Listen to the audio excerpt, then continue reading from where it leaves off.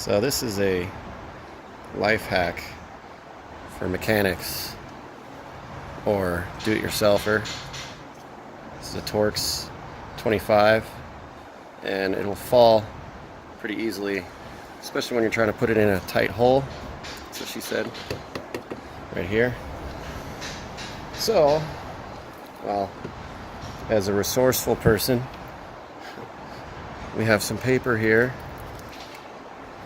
So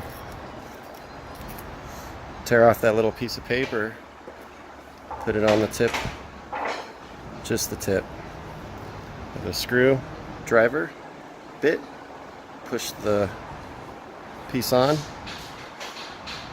Now you can hold it upside down. And now you can easily put it where you want it to go with the protection of the paper. Now it's nice and tight.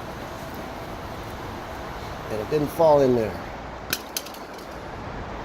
Yeah, dude. That was simple, huh?